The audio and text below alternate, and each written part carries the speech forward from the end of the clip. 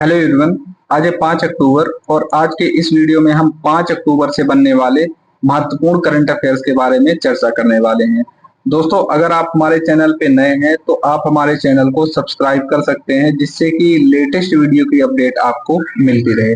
साथ ही अगर आप इस वीडियो का पीडीएफ प्राप्त करना चाहते हैं या फिर डेली क्विज, स्टैटिक जीके का क्विज आप लगाना चाहते हैं, चाहे वो कोई भी सब्जेक्ट से रिलेटेड हो, चाहे पॉलिटी हो, साइंस हो या फिर बायोलॉजी, किसी भी सब्जेक्ट का हो, तो आप हमारे टेलीग्राम चैनल से जुड़ सकते हैं, जहां पास आपको डेली क्विज लगाने को मिल सकते हैं। तो चलिए शुरू करते हैं अपने पहले क्वेश्चन की ओर। आज का हमारा पहला क्वेश्चन है, हाल ही में कितनी भाषाओं को शास्त्रीय भाषा का दर्जा दिया गया है? तो हाल ही में दोस्तों 5 भाषाओं को शास्त्रीय भाषा का दर्जा दिया गया है और इसी के साथ अब टोटल जो शास्त्रीय भाषाएं हैं वह 11 शास्त्रीय भाषाएं हो चुकी हैं।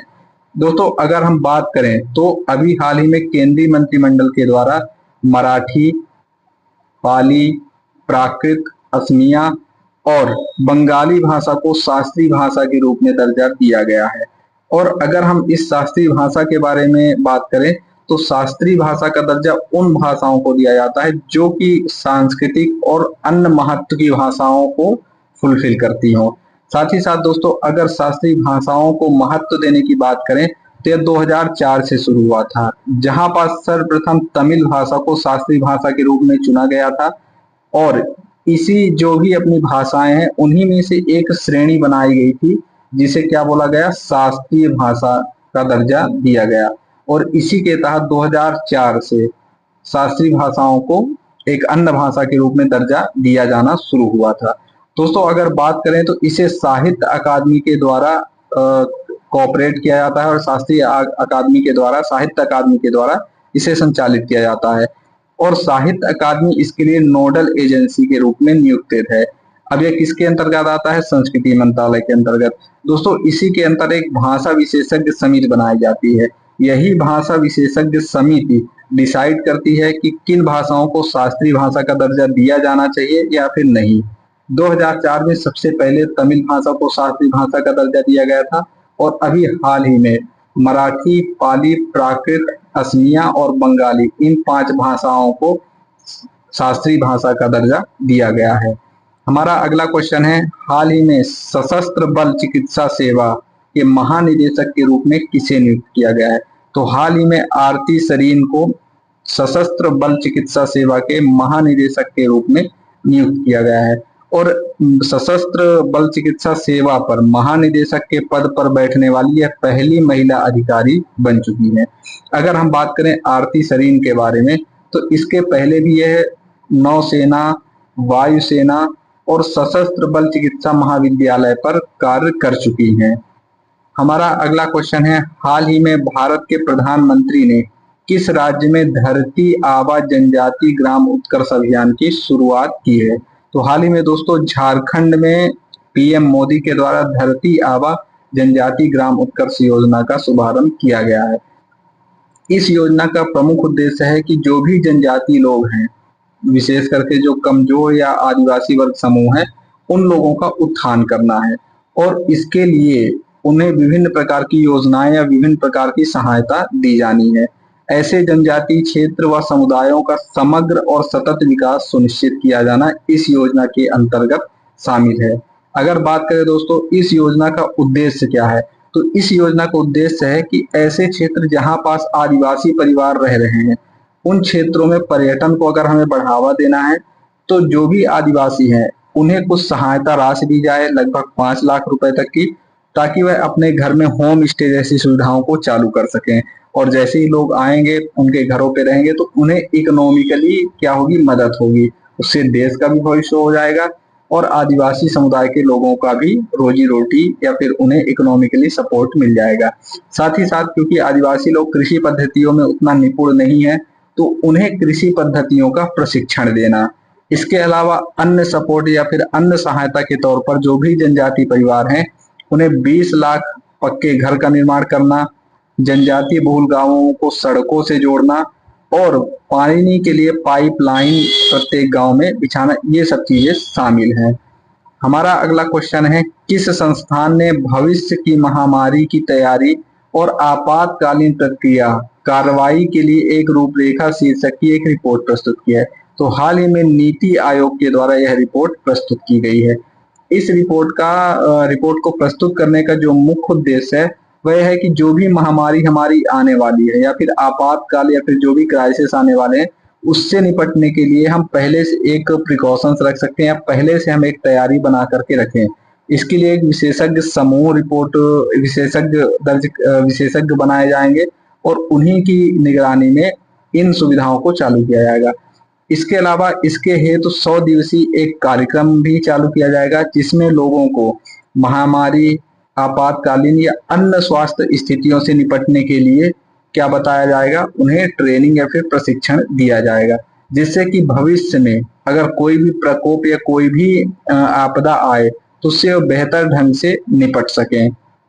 हमारा अगला क्वेश्चन है, हाल ही में विश्व पशु दिवस कब मनाया गया है? तो हाल ही में दोस्तों 4 अक्टूबर को विश्व पशु दिवस मनाया गया है और इस साल का जो विश्व पशु दिवस का थीम है वह है दुनिया उनका भी घर है, या फिर इंग्लिश में बात करें तो the world is their home too. अब इस दिन मनाने का मुख्य उद्देश्य है कि पशुओं का कल्याण करना, उनके अधिकारों के बारे में लोगों को जागरूकता फैलाना, ताकि जो पब्लिक है वह भी पशुओं के प्रति जागरूक हो सके। दूसरी चीज अगर इसी के बारे में बात करें तो कुछ ऐसे पशु हैं जिनका विलुप्त होना शुरू हो गया है, तो उन पशुओं को विलुप्त होने से बचाने और उनका संरक्षण करने के बारे में विचार करना है। हमारा अगला क्वेश्चन है, हाल ही में सीन बाम किस देश की राष्ट्रपति के रूप में नियुक्त किया गया है? तो हाल ही में मैक्सिको की राष्ट्रपति के रूप में सीन बाम को नियुक्त किया गया है। अगर हम बात करें मैक्सिको के इन राष्ट्रपति के बारे में तो 200 साल के इतिहास में यह पहली महिला राष्ट्रपति हैं जो कि चुनी गई हैं। दोस्तों अगर बात करें इनके राजनीतिक गुरु के बारे में तो वह मैनुअल लोपेज हैं और यह जीत हासिल करने के बाद मैनुअल लोपेज ने उन्हें बधाई भी दी है। हमारा अगला दोस्तों अगर हम बात करें मैक्सिको के बारे में तो इसकी जो राजधानी है वह मैक्सिको सिटी या मैक्सिको शहर है। स्पेनिश यहाँ की राष्ट्रीय भाषा है और सीन बाम हाल ही में यहाँ की राष्ट्रपति नियुक्त की गई हैं। अगर हम बात करें स्वतंत्रता की तो स्पेन से जब स्वतंत्रता मिली थी मैक्सिको को तो 1810 में इन्होंने घोषणा की थी, किंतु स्वतंत्र होने की जो मान्यता मिली है वह 1821 ईस्वी में मिली है। हमारा अगला क्वेश्चन है, हाल ही में असम क्षेत्र की कितनी वस्तुओं को जीआई टैग या भौगोलिक संकेत प्रदान किया गया है? तो हाल ही में असम की 8 वस्तुओं को जीआई टैग दिया गया है और इसी के साथ जो असम राज्य में जीआई टैग उत्पादों की संख्या है वह बढ़कर के 41 हो गई है। दोस्तों असम में बोडो संस्कृति है, उसी के अंतर्गत इन 8 प्रतिष्ठित वस्तुओं को क्या दिया गया है, जीआई टैग दिया गया है और इसे जीआई टैग चेन्नई स्थित भौगोलिक संकेत रजिस्ट्री के द्वारा दिया गया है।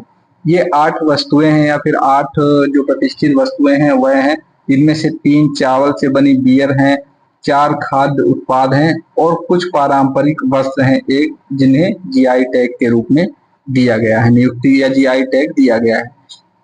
हमारा अगला क्वेश्चन है, नीति आयोग ने हाल ही में महिला उद्यमिता मंच की शुरुआत किस राज्य से के साथ की है? तो यह तेलंगाना सरकार के साथ मिलकर के महिला उद्यमिता मंच की शुरुआत किसने की है? नीति आयोग ने की है। और वोमेन एंटरप्रेन्योरशिप या फिर महिला उद्यमिता को अगर बात की जाए तो इसकी जो मुख्य कार्यकारी अधिकारी हैं वह सीता पलोचोला हैं।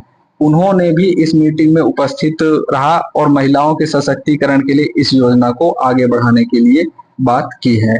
हमारा अगला क्वेश्चन है, हाल ही में जारी शहरी शासन सूचकांक में शीर्ष राज्य कौन सा रहा है? तो केरल शीर्ष राज्य रहा है।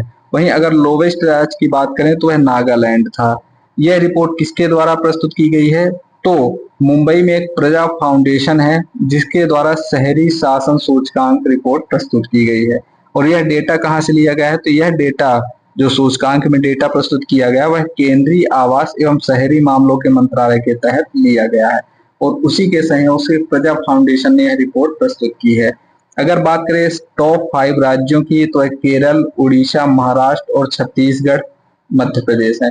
वहीं अगर बात करें लोवेस्ट राज्य की जिन्होंने खराब प्रदर्शन किया है तो वह नागालैंड, मणिपुर, मेघालय, पंजाब, चंडीगढ़ ये हैं।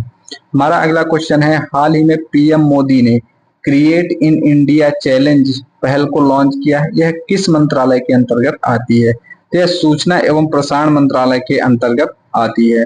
दोस्तों अगर हम बात करें तो इस योजना के द्वारा जो भारतीय लोग हैं उनमें उद्यमिता के लिए वस्तुओं को उत्पादन करने, उनका मूल डिजाइन में चेंजेस करना ताकि उनका मूल वर्धन किया जा सके, इसके लिए make create in India challenge की शुरुआत की है। यह same make in India challenge के जो मेक इन इंडिया अभियान था उसी के अनुरूप है और उसी के पैरेलल में यह जो अभियान है उसकी शुरुआत की गई है। अगर हम बात करें तो यहाँ पास क्या होगा दोस्तों कि जो हमारी बौद्धिक संपदा अधिकार है, बौद्धिक संपदा का मतलब होगा कि किसी भी व्यक्ति के जो दिमाग से उपजी हुई कोई भी थॉट प्रोसेस जो कि काफी इंपॉर्टेंट हो और इकोनॉमिकली ग्रोथ करने लायक हो, उसे हम बौद्धिक संपदा बोले जाते हैं और उसी पे उस व्यक्ति का अधिकार जब हो जाता है उसे बौद्धिक संपदा अधिकार कहा जाता है। तो इन सब के बारे में जागरूकता फैलाना, नवाचार का संरक्षण करना और उसे बढ़ावा देना, ये सब शामिल है। इसके अलावा रोजगार सृजन करना, घरेलू और अंतरराष्ट्रीय बाजारों के अनुरूप मूल डिजाइन को चेंजेस करना ताकि वह मार्केट में अच्छा ग्रोथ कर सके। दोस्तों आज के लिए इतना ही, मिलेंगे कल के नेक्स्ट वीडियो में। तब तक अगर आप हमारे चैनल पे नए हैं तो इस चैनल को सब्सक्राइब जरूर कर लें।